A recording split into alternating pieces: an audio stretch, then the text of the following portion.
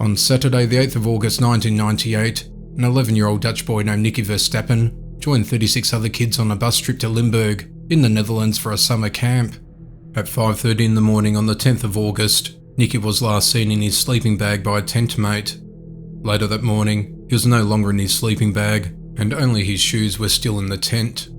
The following day he was reported missing, and the authorities along with the volunteers conducted an extensive search for him. At 9 p.m, his lifeless, partially disrobed body was discovered in a woodland 3/4 of a mile away from the camp. He was bare from the waist up, and his body showed signs that he had possibly been violated. Evidence was collected at the crime scene, including a cigarette and tissue, which were found near his body, as well as foreign DNA that had been found in Nicky's underwear. From this DNA, a profile of the suspect was created, but there were no hits in the DNA database that could identify the suspect.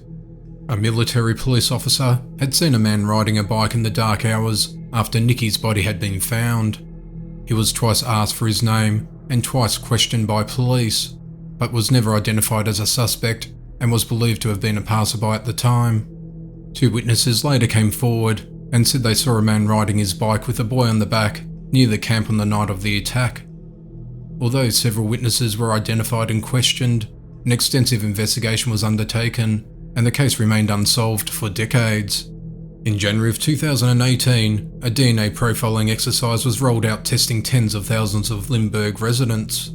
On the 22nd of August 2018, it was announced using a relative's DNA submitted that they were able to narrow their search and identify the suspect to be 55-year-old Joost Brecht.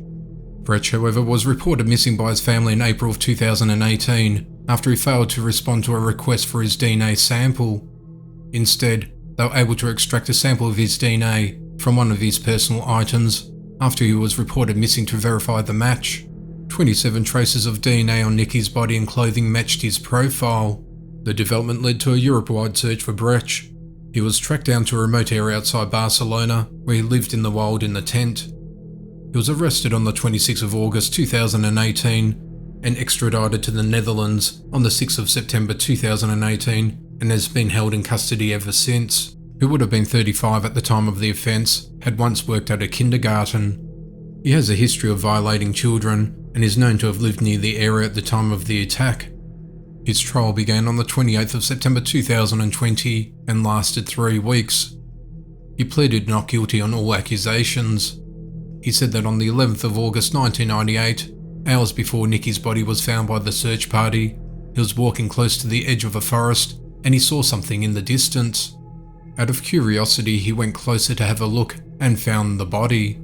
He said his DNA was found on the body because he had checked for signs of life, brushed leaves off the body, and then left. Brecht said he had no idea how his DNA ended up on the underwear. He explained that he never reported his body missing to the authorities because he was worried they might accuse him of Nicky's passing because of his criminal history. On the 20th of November 2020, Brecht was found guilty of violating Nicky, but there was insufficient evidence to show he intentionally took Nicky's life. Although he pushed Nicky to the ground and covered his mouth and made him suffocate while he committed his lewd act, he was not found guilty of taking his life. He received a 12-year jail sentence for this crime and another 6 months for possession of provocative indecent child imagery.